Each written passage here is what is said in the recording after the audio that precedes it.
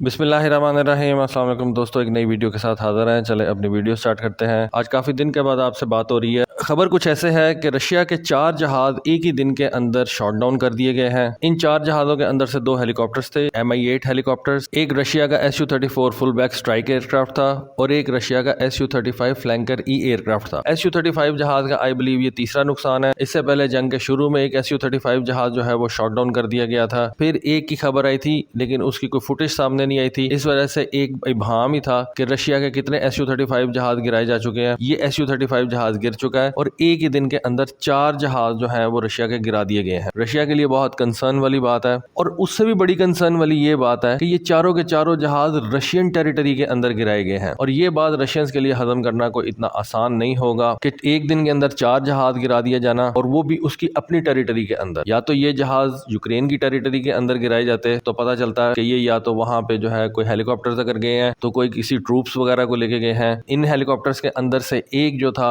वो basically electronic warfare variant था। जिस तरह से आप जहाजों के ऊपर इलेक्ट्रॉनिक वॉरफेयर इक्विपमेंट लगा सकते हैं, इस तरह से आप इलेक्ट्रॉनिक वॉरफेयर इक्विपमेंट जो है वो हेलीकॉप्टर्स के ऊपर पे भी लगा सकते हैं। तो ये जो MI-8 हेलीकॉप्टर गिराया गया है, इनमें से एक ऐसा था जो कि स्पेसिफिकली इलेक्ट्रॉनिक वॉरफेयर इक्विपमेंट जो है वो लेके जाता था, उसको गिराया गया है। अगर तो ये हेलीकॉप्टर्स यूक्रेन की टेरिटरी के अंदर गिराए जाते तो समझा जा सकता था कि ये किसी ऑपरेशन के अंदर हिस्सा ले रहे हैं, लेकिन ये हेलीकॉप्टर जो है ये रशियन टेरिटरी के अंदर गिरे हैं, यूक्रेन के बॉर्डर से तकरीबन 50 किलोमीटर दूर। पहली बात तो ये समझने वाली है। उसके बाद जो Su-34 जहाज गिराया गया है, Su-35 जहाज गिराया गया है, उनके बारे में भी आप ये कह सकते हैं कि अगर तो ये यूक्रेन में गिरते तो पता चल जाता कि ये किसी स्ट्राइक मिशन पे गए हैं, ये किसी एयर टू एयर मिशन के ऊपर गए हैं, लेकिन ये बेसिकली जहाज रशियन टेरिटरी के अंदर गिरे हैं। Su-34 जहाज के बारे में बताया जाता है कि वो यूक्रेन के बॉर्डर से तकरीबन 30 किलोमीटर दूर जो है वो गिरा है। इन 4 जहाजों के ऊपर यानी कि 2 हेलीकॉप्टर्स, एक Su-35 और एक Su-34 जहाज के ऊपर टोटल रशिया के 9 बंदे जो थे वो सवार थे। डेफिनेटली हेलीकॉप्टर्स के अंदर ज्यादा बंदे जो है वो रखे जा सकते हैं, तो ये 9 के 9 बंदे जो है ये भी मारे जा चुके हैं। अब ये जो MI-8 हेलीकॉप्टर जिसके अंदर से एक इलेक्ट्रॉनिक वॉरफेयर वेरिएंट था गिराया गया है, इस तरह के बेसिकली रशिया के पास टोटल 20 एयरफ्रेम्स हैं, यानी कि रशियन एयरफोर्स के पास टोटल 20 ऐसे MI-8 हेलीकॉप्टर्स हैं जिनके जरिए से रशियन एयरफोर्स इलेक्ट्रॉनिक वॉरफेयर वाला काम लेती है। और अगर उनमें से एक गिर चुका है तो इसका मतलब है कि अब रशिया के पास इस तरह के सिर्फ 19 जहाज रह गए हैं, 19 हेलीकॉप्टर्स रह गए हैं। अब हम बेसिकली डिस्कस करेंगे कि ये चारों के चारों जहाज किस तरह से गिराए जा सकते थे। पहला तो आप ये कह सकते हैं कि ये किसी फ्रेंडली फायर के अंदर गिराए गए होंगे। इसकी जो पॉसिबिलिटी है ना वो बहुत कम मुझे लगती है। देखिए, एक ठीक है हेलीकॉप्टर आपने फ्रेंडली फायर के अंदर गिरा दिया, लेकिन फिर आपने दूसरा भी हेलीकॉप्टर फ्रेंडली फायर के अंदर गिरा दिया सेम रीजन के अंदर। Su-35 जहाज जो है वो हेलीकॉप्टर्स के नजदीक शॉट डाउन हुआ, तो इसका मतलब है आपका उस एरिया के अंदर जो बंदा सरफेस टू एयर मिसाइल्स को ऑपरेट कर रहा है वो या तो बेवकूफ हो गया या उसका दिमाग खराब हो गया और उसने अपने जहाजों को निशाना बनाना शुरू कर दिया, या तो ये पॉसिबिलिटी है। लेकिन ये मानने वाली बात नहीं है कि एक ही दिन के अंदर रशियन फोर्सेस अपने 4 जहाज खुद ही गिरा दे। जंग के अंदर होता है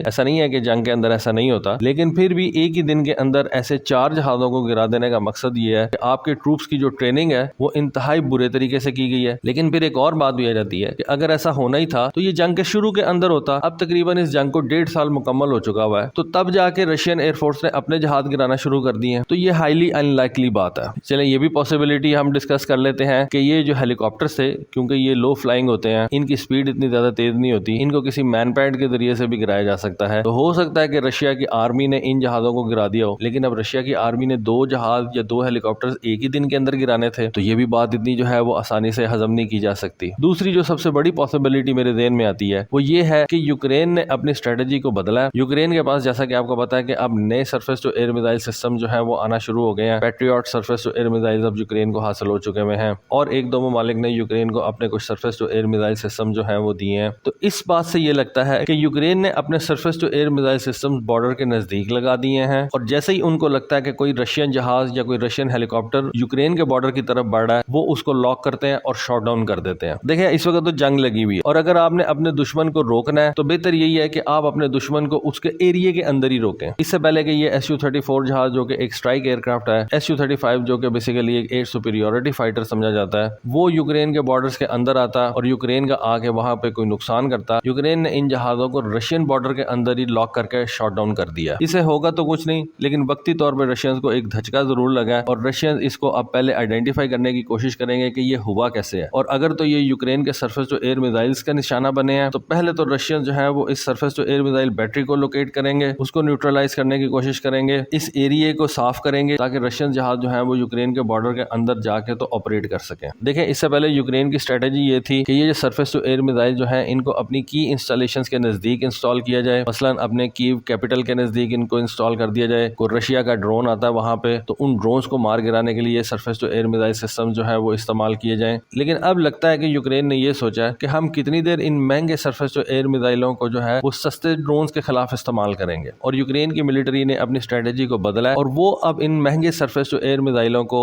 रशिया के महंगे जहाजों के ऊपर फायर करके उनको तबाह करने में जो है वो इस्तेमाल कर रहे हैं। क्योंकि देखिए, एक दिन के अंदर रशिया के 4 जहाज गिर गए, उसकी अपनी टेरिटरी के अंदर गिर गए। इन जहाजों के अंदर बैठे हुए जो 9 बंदे थे वो मारे जा चुके हैं। तो इस एक हमले से रशिया का इतना ज्यादा नुकसान हो गया और साइकोलॉजिकल जो इफेक्ट पड़ा रशिया के ऊपर वो अनप्रेसिडेंटेड है। अब तीसरी पॉसिबिलिटी ये हो सकती है कि यूक्रेन ने अपने AGM-88 हार्म मिसाइल्स, जिनको हमें पता है कि वो अपने MiG-29 जहाजों के ऊपर लगा के फायर कर सकता है। AGM-88 हार्म मिसाइल जो है वो बेसिकली एक अमेरिकन मिसाइल है, एंटी रेडिएशन मिसाइल है। ये जो एंटी रेडिएशन मिसाइल है इसको पिछले दिनों अमेरिकन ने यूक्रेन के हवाले किया था। अमेरिकन ने इसको MiG-29 जहाज के ऊपर लगाया और उधर से इसको फायर किया गया। इसके ऊपर भी मैं आपको वीडियो बना के दे चुका हूं। तो या तो रशियन ने इस AGM-88 हार्म मिसाइल को इस्तेमाल किया है इस हेलीकॉप्टर को शॉट डाउन करने के लिए, क्योंकि ये जो हेलीकॉप्टर था ये बेसिकली एक इलेक्ट्रॉनिक वॉरफेयर इक्विपमेंट लेके जा रहा था। तो इसके अंदर से रेडिएशन जो है वो तो बहुत ज्यादा निकल रही थी, और AGM-88 एंटी रेडिएशन मिसाइल जो है उनका काम ही यही है कि जहां से रेडिएशन ज्यादा निकले उस सोर्स की तरफ जाएं। तो हो सकता है कि यूक्रेनियंस ने इस हेलीकॉप्टर को मार गिराने के लिए AGM-88 मिसाइल इस्तेमाल किया हो, या फिर पॉसिबिलिटी ये है कि अमेरिका ने कुछ AMRAAM मिसाइल जो है वो यूक्रेन के हवाले कर दिए हैं और ये AMRAAM मिसाइल अब यूक्रेन के MiG-29 जहाज लेके जा सकते हो। देखिए, अगर AGM-88 मिसाइल जो है वो MiG-29 फायर कर सकता है तो AMRAAM मिसाइल क्यों नहीं फायर कर सकता? या फिर हो सकता है कि अमेरिकन कोई जहाज जो है वो इस वक्त यूक्रेन के अंदर ऑपरेट कर रहे हैं जो ये AMRAAM मिसाइलों के जरिए से इन जहाजों को मार गिरा रहे हैं। तो पॉसिबिलिटीज तो काफी ज्यादा है। जंग के अंदर आपको ये नहीं पता चलता कि दुश्मन आपका क्या कर रहा है, लेकिन एक बात कंफर्म है कि यूक्रेनियंस ने अपनी जो स्ट्रेटेजी है उसको बदला है और उन्होंने अपने surface to air missile systems को सस्ते ड्रोन्स के खिलाफ इस्तेमाल करने की बजाय रशिया के महंगे जहाजों को तबाह करने में जो है वो इस्तेमाल करना ज्यादा बेहतर समझा। तो दोस्तों, इसके बारे में आपकी क्या राय है? प्लीज अपनी राय से जरूर आगाह कीजिएगा। आज के लिए बस इतना ही। Thank you. Allah Hafiz.